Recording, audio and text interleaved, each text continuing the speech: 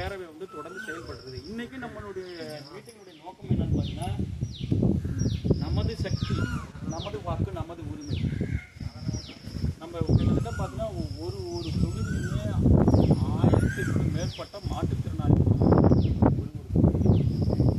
ஆனால் நம்மளுடைய வாக்கு எல்லாமே சிதறி போகுது. சிதறி போகுதுன்னா எப்படி? சில பேர் வந்து ஓட்டு போடாமலே இருக்கிறோம். என்னால் வர முடியல, என்னால் போக முடியல, இடுப்பு கீழே தண்டுவடம் பாதிச்சவங்க, சுத்தமாக நவர முடியாதவங்க, நான் எங்கே போகிறது, என்னால் முடியலன்னு சொல்லிட்டு வீட்டிலே இருந்துடுறாங்க. அதுக்கும் மத்திய அரசாங்கம் என்ன பண்ணுது, நீங்கள் வந்து வாக்குச்சாவடியை தேர்ந்து வந்து நீங்கள் வாக்கு போடணும், ஓட்டு போடணும்னு அவசியம் கிடையாது, நாங்களே உங்கள் வீட்டுக்கு வந்து வாக்கு சேகரிக்கணும்னு சொல்லிட்டு போஸ்டல் ஓட்டு இருக்குது. அதனால நம்மளுடைய வாக்கு வந்து மிகவும் சக்தி உள்ள வாக்கு. நம்ம ஒரு தொகுதியில் 1000 பேர் இருக்கிறோம்.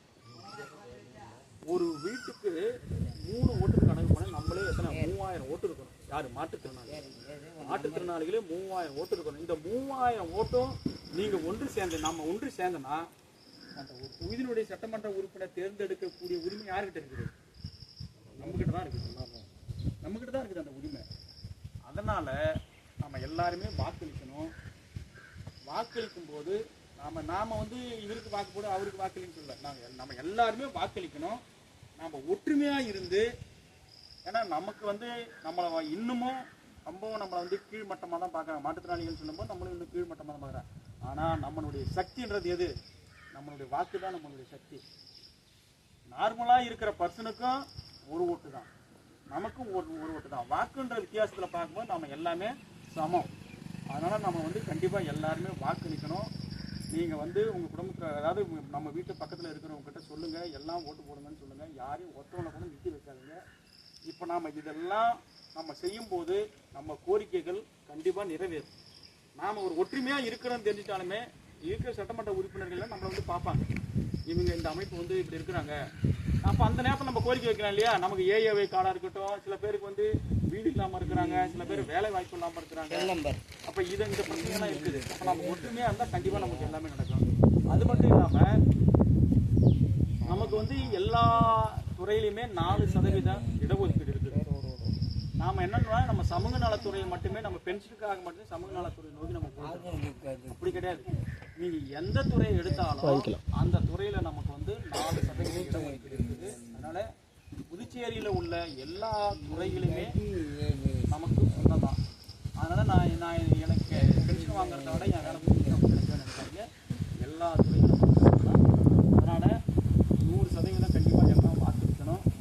நம்ம பக்கத்து வீட்டில் இருக்கிறவங்க, தெரிஞ்சவங்க, முடியாதவங்க,